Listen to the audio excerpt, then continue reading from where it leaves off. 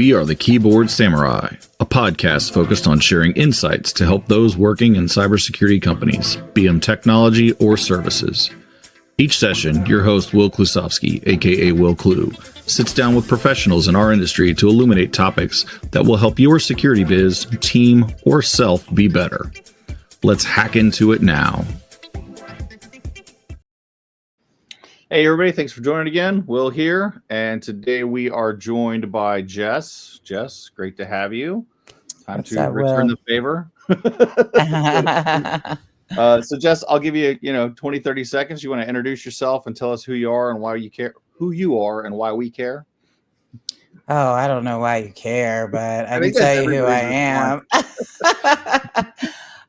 Jess Hoffman here, cybersecurity professional, leadership position, mentor, professor, long life learner, all the things, get excited, people person. What's up? Let's go. No, absolutely. Yeah. So yes, for anybody who ever gets a chance to meet Jess in person, do it. It's a once in a lifetime experience for sure. Oh, you're sweet. You're sweet. we're gonna chat a little about public sector today. So working with the government, a lot of the, most of the listeners here were looking for insights on ways that we can be better professionals in the security business ourselves or run our businesses better. So my first question to you is why is public sector different than any other industry? Wow, how much time do we have? I'd say about 18 minutes. 18 minutes. Well, I will start with that. My tenure with public sector has been very rewarding. I started off in the public sector. Actually, my first position was a contractor for NMCI, Navy Marine Corps Internet. That was a contracting position, but ultimately supporting public service of the Marines and Navy. And then went into the state government, so the state of PA. Didn't like that too much because I was a programmer. I don't really like programming. But it was a good experience, and ultimately led me to my federal role in Baltimore at CMS, where I'm really happy I did that early in my career because the opportunities were endless as far as projects, cross training, cross working, cross agencies, cross departments, all those things. So I got to learn a lot about what goes into the public services that we provide from a federal, state, and now city perspective. So it's very rewarding to know that, I'm in the background and nobody knows, which is fine. But, we're helping to make it, the services that we provide, the customer experience more secure and, no discontinuation of those very critical services that our citizens rely on. Yeah, so you said something interesting to me that I hadn't actually thought about. The advantage to working in any government space, I think a lot of times is usually understaffed, right? Which means you, like you said, you have opportunities to work in multiple projects and become multidisciplinary because if you want to raise your hand and help out, nobody's going to say no most of the time. No, they won't. I learned that early on, the water cooler situation. That's actually how I got into cybersecurity. When I was with the government, I was doing project management stuff, leading a help desk that provided support to providers who were using a provider enrollment system as how they got paid through Medicare. So again, I was doing a lot of work on the back end just to make sure that the hardworking healthcare individuals receive payment basically, and were able to access the appropriate systems. So it was very rewarding. I enjoyed all of it. And like I said, I got to learn a lot, and that's where I was on the other end of security assessments. And I was like, wow, this is pretty cool. And then somebody was like, hey, do you want to be an information security officer? And I was like, sure, why not? And that was almost 20 years ago now. And that totally changed my life. So that's why I'm always a fan of, volunteering, saying yes. Although now that I've gotten older, I've learned to say no. But a lot of, I used to say yes all the time. We get fed up, and it's an acquired skill the older you get, Yeah. for sure. There's only so many yeses left, I guess. That's not true. I still say yes to a lot of things, but yeah, I mean, that's how I got into security, to be completely honest, was that somebody was like, hey, we were just starting the security program, maturing it in that federal agency. Sorry, let me turn off my stuff. No, But yeah, it was like the best experience possible, and it got me to where I am today. And I was in the private sector for a while, and I learned a lot about how to be a trusted advisor and exceed expectations, and really just doing a good job. There was a lot of anxiety and stress that came with that, but I think that has definitely helped me mature in my career. And now that I'm back in the public sector, I know what to expect from my contractors, and if they don't provide it, I nicely tell them or let them know that, hey, I've been there, like, what's the problem, let's go. And that usually helps very well, because folks appreciate it when you can empathize with them and understand where they're coming from, but at the same time reiterate what it is that you're looking for. Right. And there's that dichotomy between the public sector and private sector, and having been on both sides, I got to think is helpful, right? Like you said, because you've been there and kind of done that, where a lot of people, like you said, I recommend to a lot of people looking to get into the technology space at all, like the government's a great place to start, because they usually they're one of the few places that will have entry level positions or let you get into one and then transition to the other, right? Absolutely. But with that dichotomy, I guess what are some key things that I guess you learned working in the private side of the house that have I guess helped you, being on the public sector side, or things that I guess maybe those of us not exposed to public sector maybe need to know and understand? That's a great question, the latter part of it, because I will tell you, I've had a lot of colleagues and friends leave the public sector for private, and they don't last very long. That's interesting. They don't last very long. On the other end of the spectrum, I know a lot of people who come from private and go into public, and they don't last very long either. It is a different animal, I think, because a lot of it's driven by political appointments, and there's like unions and other institutions that represent the workforce.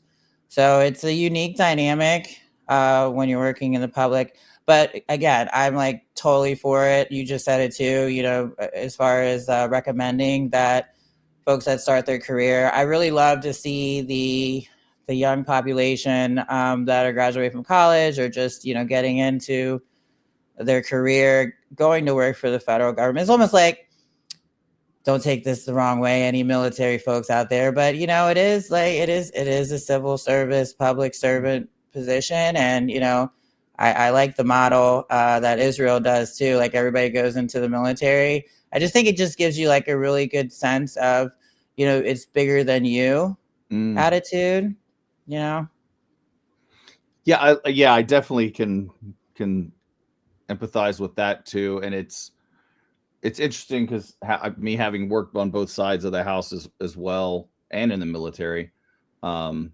it's different because the public sector or the private sector, we think about how much money we're going to lose in revenue, right? Which is still a factor in the public sector, federal government, right? But it's the risks are quantified differently versus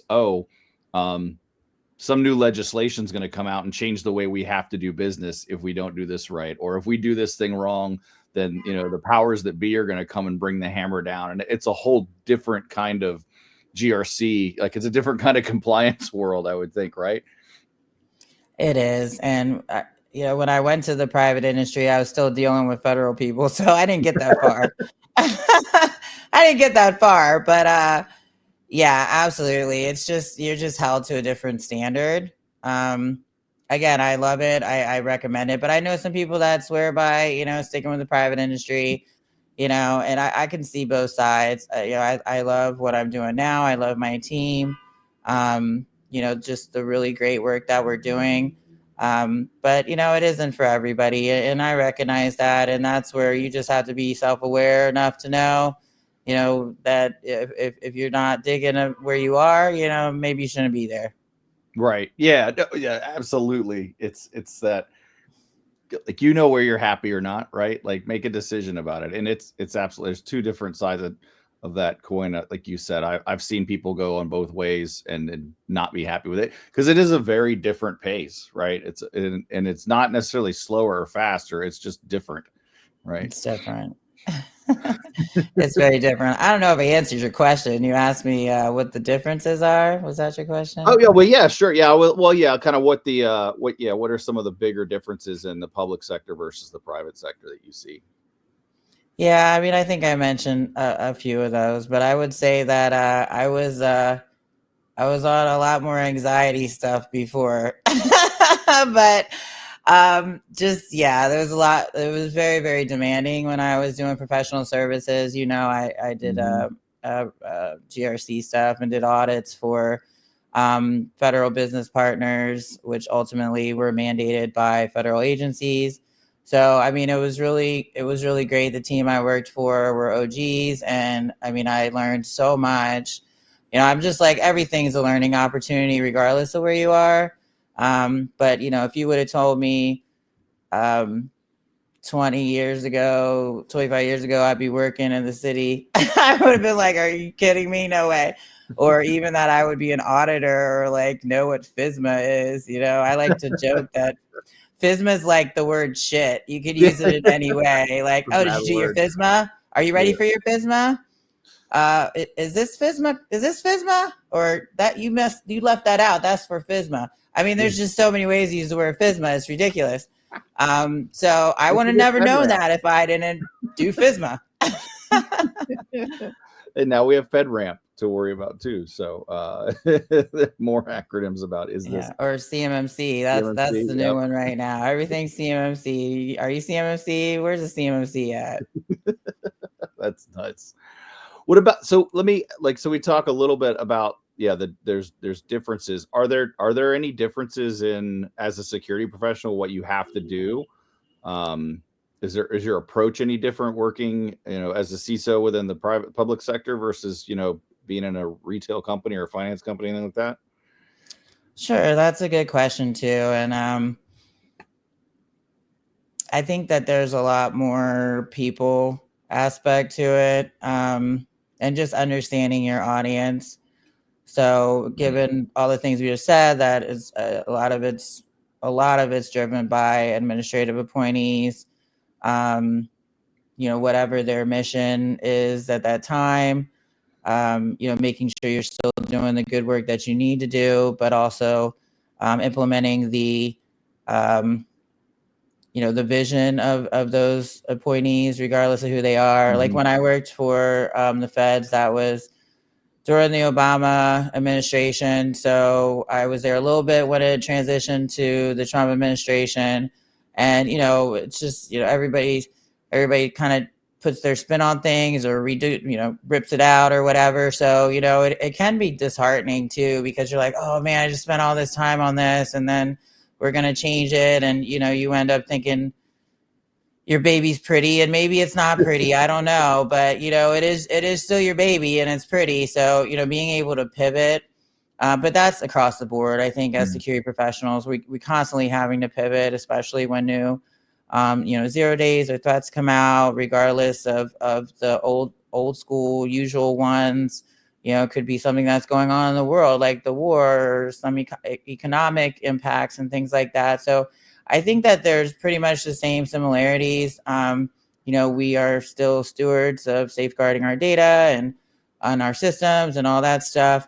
But I do think that just the public sector in general, you have to be a bit more aware of who you're working with and Mhm. what really the goal is of the administration, and making sure that you're orchestrating your goals the same way, and in the same format, so to speak, as you know, just being in line with everybody. And I think that's sometimes that's where people get hung up.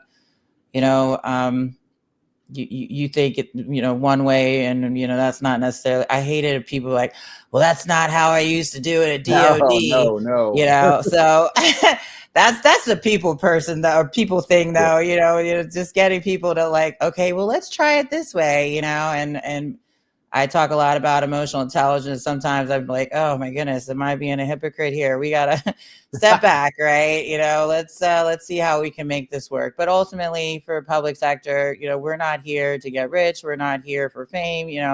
We're here to genuinely make a difference in the folks that we serve.